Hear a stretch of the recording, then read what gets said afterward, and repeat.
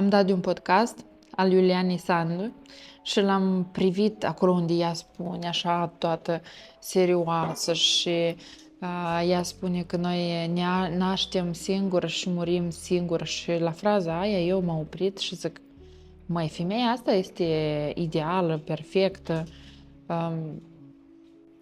oare așa a fost mereu?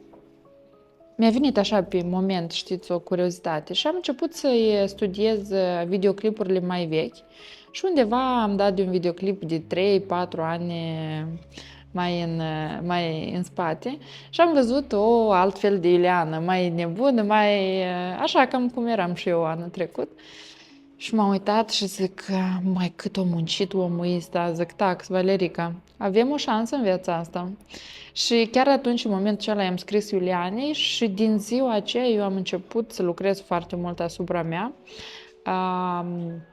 Am început să mă dezvolt, nu doar la nivel ceea ce ține de domeniul în care eu activez, dar mai mult personal, spiritual.